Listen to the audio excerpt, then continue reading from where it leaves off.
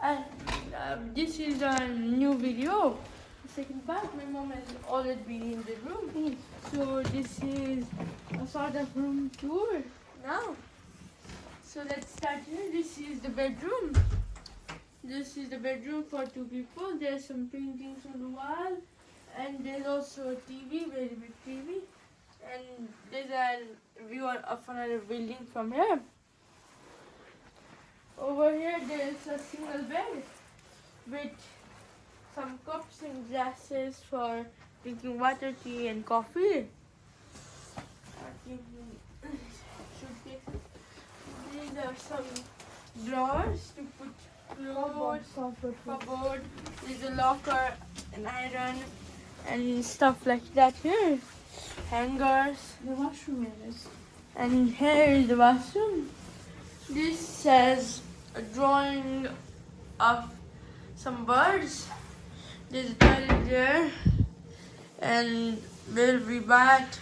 And the sink is over there. We've already eaten our breakfast. We are in the 5th floor, which we have just reached. This is the elevator. There's a big mirror here, and this is quite woody. And there's glass. So now we are going to go to our room, which is over here. And there's a very long hallway. We're going to our room. This is our neighbor's room, and our room is right here. We are now going to enter the bus.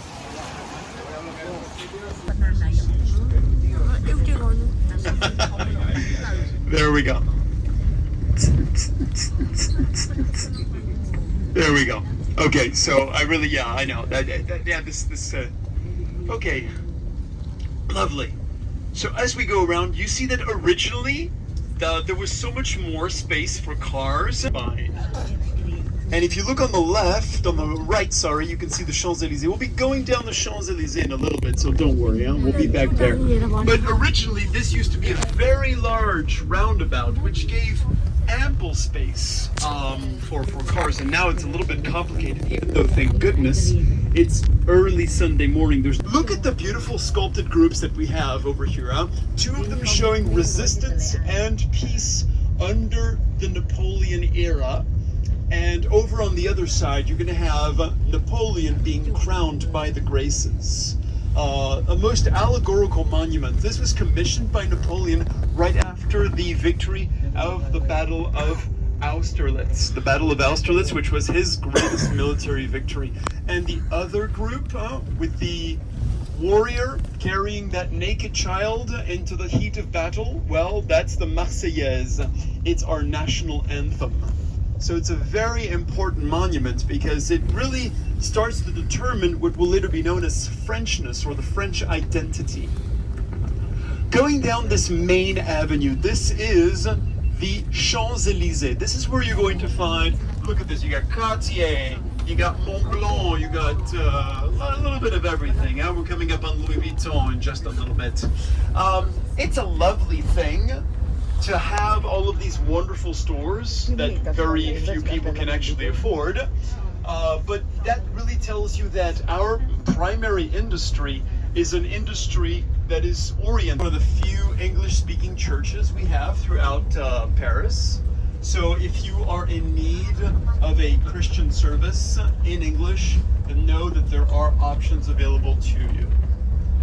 But since most of you are here this morning, I suppose that church for this morning has been canceled.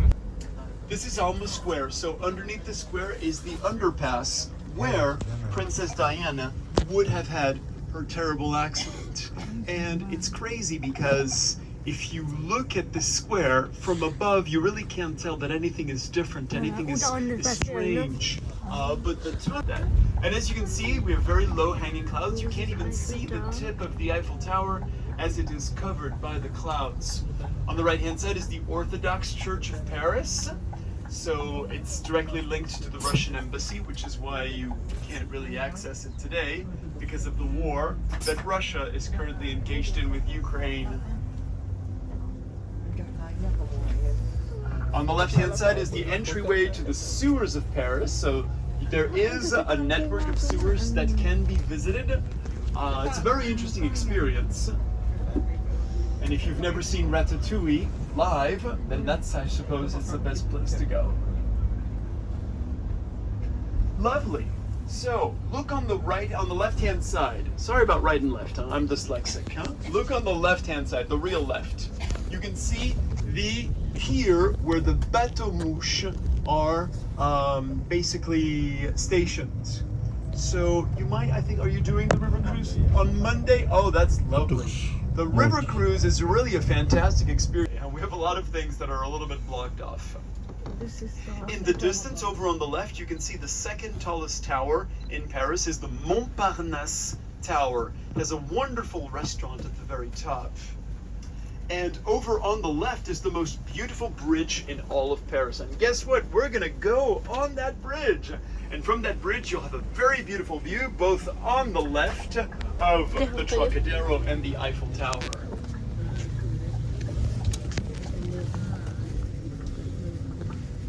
At least traffic is extremely fluid, and that's a good thing because Parisian traffic can be quite hectic. Coming up along this way. This bridge was the first bridge to cross the River Seine in one single leap. And it was created for the 1900 World Fair.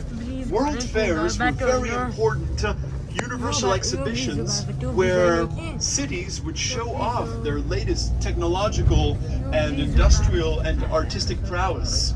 The Eiffel Tower, for example, was built for the 1889 World Fair. 18,038 metallic pieces put together. Look at the beautiful obelisk on the left-hand side. The obelisk comes all the way from the Palace of Luxor in Upper Egypt. I'm happy to say that this is one of the few things that we did not steal from another country. This was a gift from the Viceroy of Egypt. Assembly has laid out some interesting statues, a reminiscence of the Venus de Milo, but with arms, as you can see. Tennis, surfing, basketball, archery, boxing, and javelin. This is the Saint-Germain district. I like this district very much because you'll find very good restaurants in this part of town. You'll find also, we don't have many chain brands, so much of the stores that you see are unique stores. We have a lot of embassies. The Sorbonne, which is Paris University, has a lot of its different poles, its different campuses, all throughout this neighborhood. We are now on the left bank, la rive gauche. That means that the River Seine is, it's on our left-hand side, but it's called the left bank because when you face the way that the water is flowing, whatever's on your left is the left bank, and whatever's on your right would be the right bank. As we are going against the river, then that means that we are on the left bank.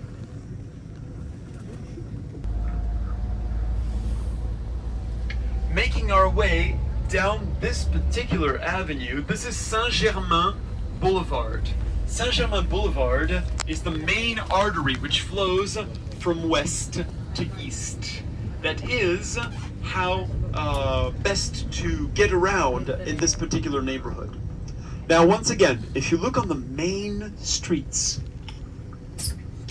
you have for the most case, the buildings are going to be in the same style. But looking inside the streets, you'll see that every single building is different. So that gives you a good clue that they were trying to rearrange the main avenues to look homogeneous, but everything that was inside could be left for rent. Looking on the left, you have a chocolate shop which sold chocolate biscuits, especially for Marie Antoinette. Marie Antoinette had to take medicine. She did not like her medicine, so an apothecary instructed her to buy the medicine with the chocolate. Looking on the left, look, you've got the Café de Flore, Les Deux Magots.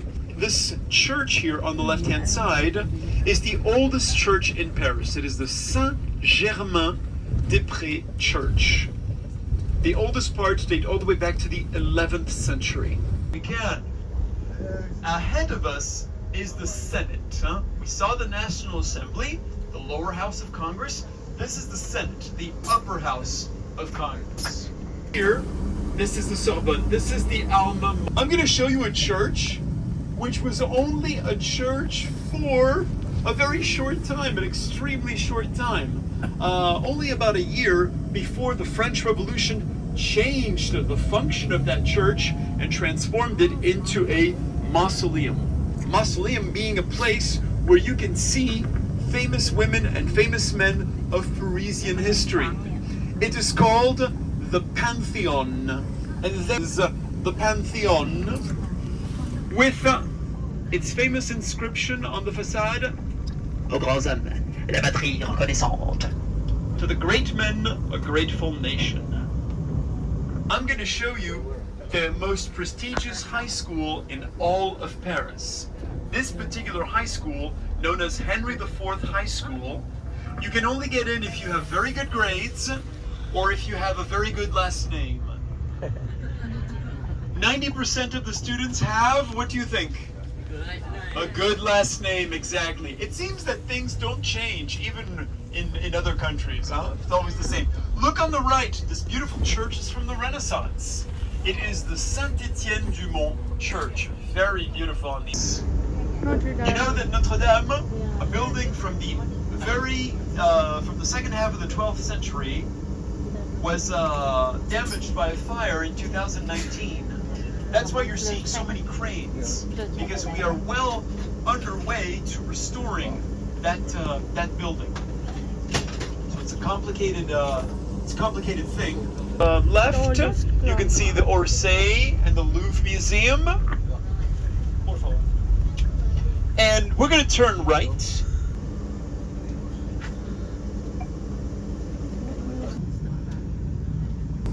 On the River Seine. Look on the right-hand side, the flower market that you see there is the oldest flower market in all of Paris. Even though the structure is from the 20th century, it's quite old. Look on the right. That's Sainte-Chapelle. We passed it earlier on, but the angle was perhaps a little bit difficult for us to be able to see anything.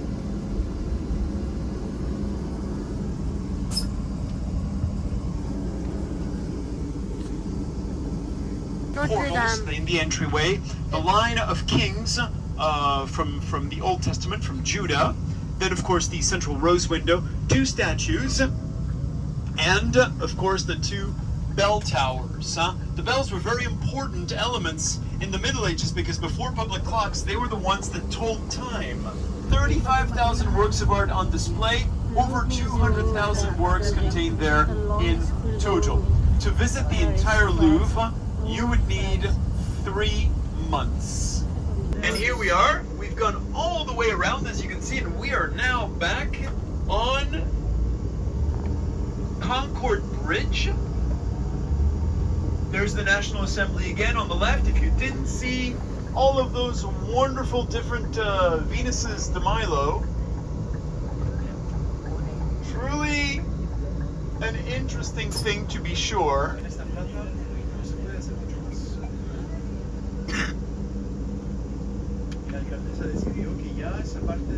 And this is the opera. Well, you can't really see the opera house because Coco Chanel is taking up the better part of the facade. You see, the facade is getting cleaned, and that's why we can't see the facade, because you see, in France, we have a system where high-end brands are going to clean our monuments, and in exchange, they'll be able to put up their billboards across the facades.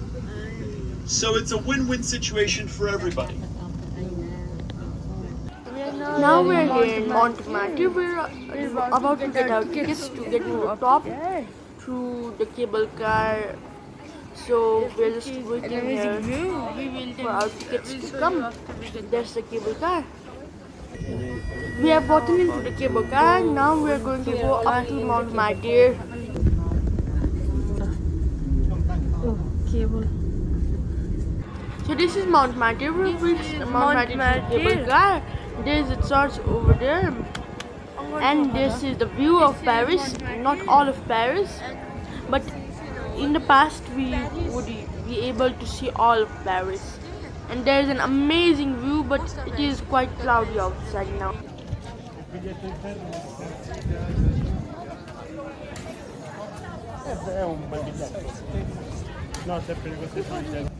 We have already visited the church of Montmartre. We are now here in the shop area, where we can buy things. There's a lot of artistic things here. The people will draw other people, and we can pay for those drawings. There are also many restaurants. See, so beautiful. These are so accurate. All the people here are very good at art, and there are many restaurants here. You can get hungry. You don't have to worry. There's many restaurants and old style offices here. Here people draw all kinds of things here. There are views of the city. They draw the Eiffel Tower that you can buy. They draw Notre Dame and famous sites in Paris and all over France. And there are many restaurants, of course, and another art. There are some abstract art here and modern art too. And there's some art of the old buildings that used to be in Paris, and many of Eiffel Tower. So beautiful art, and you can buy souvenirs from these arts. There's a lot of greenery here. In Montmartre, they mix nature with buildings here. And these are some very beautiful buildings with nature as a part of them. Of Montmartre.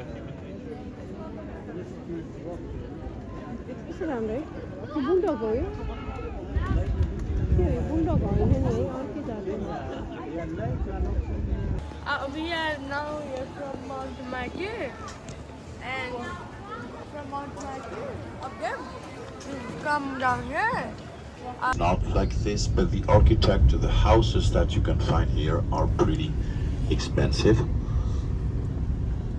It's quite an expensive place to live now, and the price goes always up because it is not far from Paris. But you don't have the stressing life and the pollution that you have in Paris. So a lot of people come to live here. The village of Versailles. I'm now here in the Palace of Versailles in Versailles.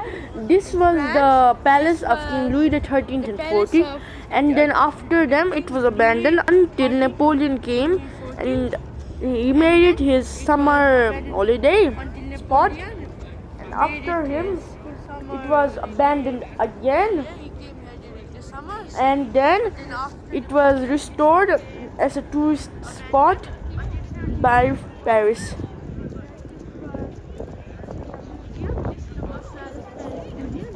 And we're running out of battery in this, so we are going to film only the races of that.